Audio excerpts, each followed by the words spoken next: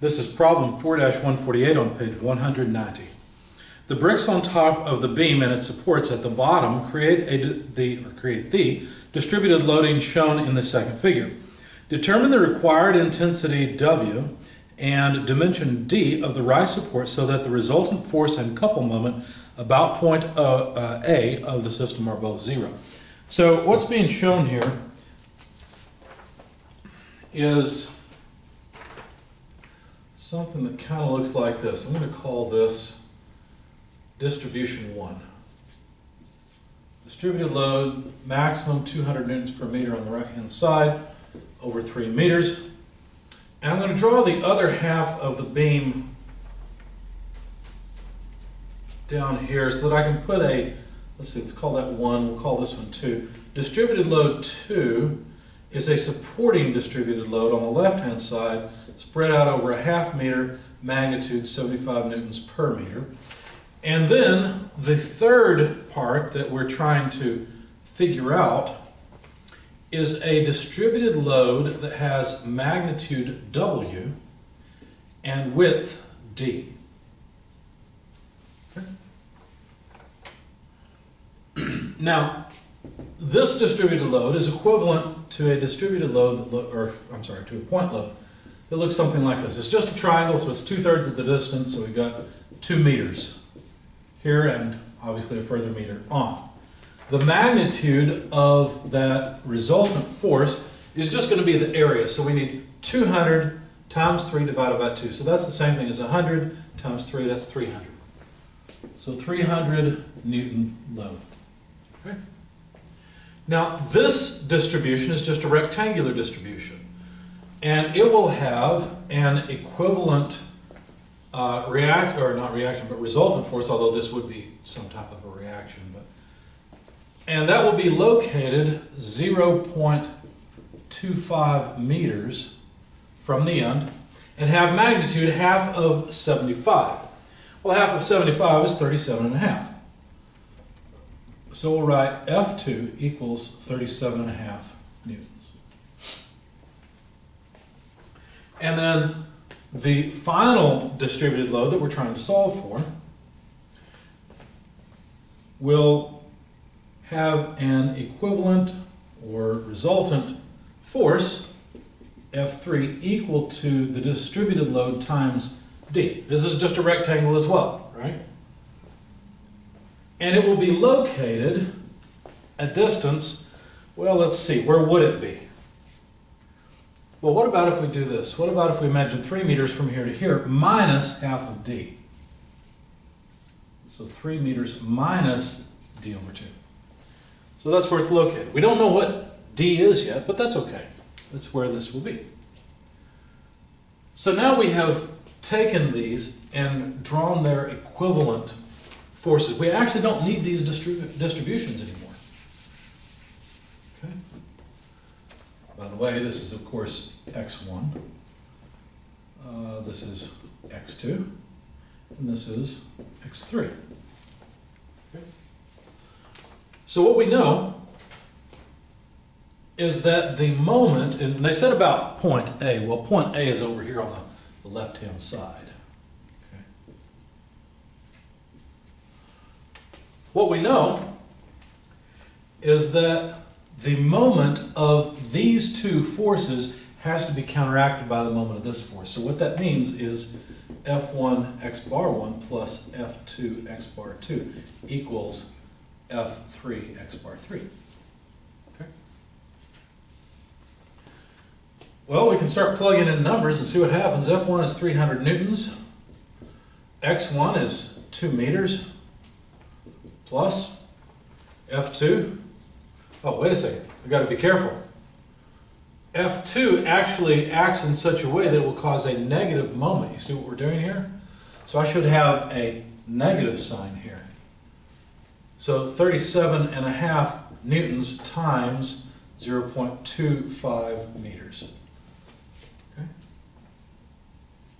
And that's equal to, got to break the line because I'm running out of space, that's equal to F3, which is W times D, multiplied by the moment arm, 3 meters minus D over 2.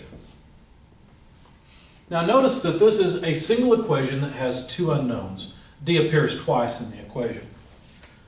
So what other equation do we have? Well, this is essentially a moment equation. We've calculated the moment of all these forces, but further,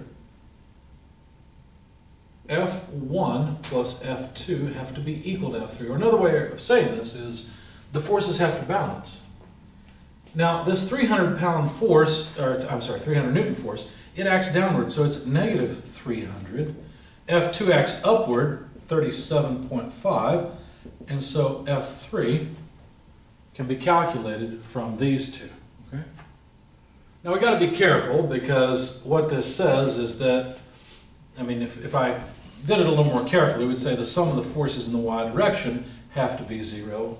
So that the sign will come out right, because I was about to flip the sign on you, and you probably wouldn't like that. Which is negative F1 plus F2 plus F3. So if we solve for F3 from this, we'll have F1 minus F2. And so that's 300 less 37.5. And so we know F3 has to come out, well, we know what it has to be, but really what we're interested in is the fact that this is W times D. What would that number be? That number is, 4262.5, if I'm thinking right? But it's also W times D. Now the reason I left it as W times D is because now I've got two independent equations and two unknowns. Okay? So 262.5, I think I should have that here somewhere.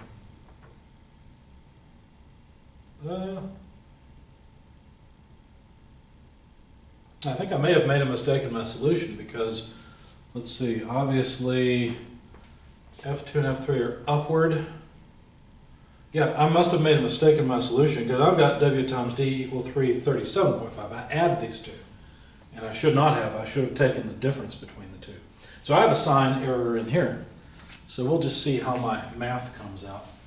Anyway, so what should I solve for? Well, let's it doesn't really matter, I guess. Why don't we replace W? So W equals 262.5 over D. Now, of course, D will be in meters.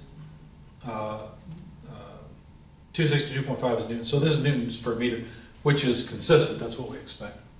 And so now, if we call this equation 1, we're pretty much done with most of this. I'm going to leave the last diagram here because I want you to see what happens with it. Anyway, so if we plug this one, which I can call equation 2, into equation 1,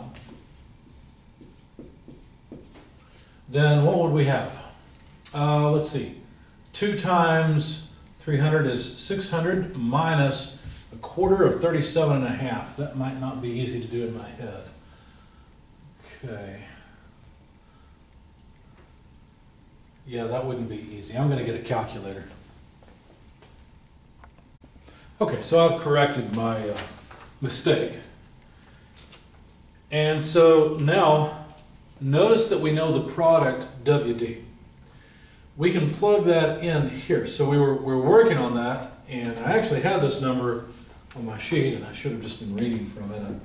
I like to work problems at the board. I don't like just reading off of my sheet. I like keeping my brain engaged when I'm working these problems. So anyway, this is the left-hand side of equation 1. Now the right-hand side, we know WD is 262.5. And of course those are newtons.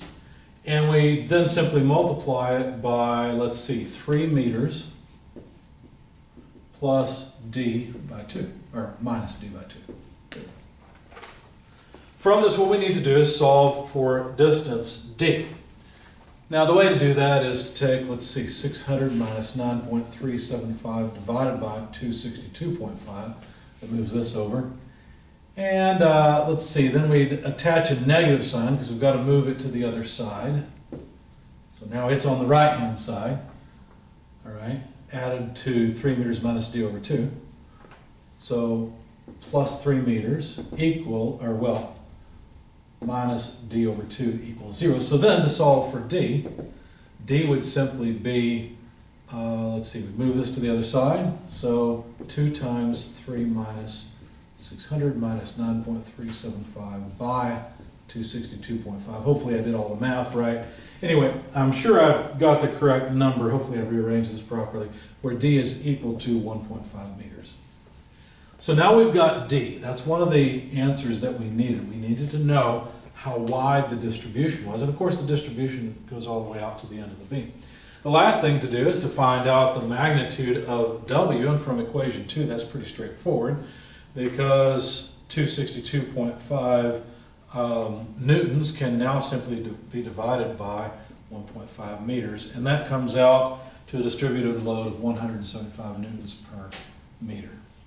So there's W and D required for static equilibrium for this pile of bricks.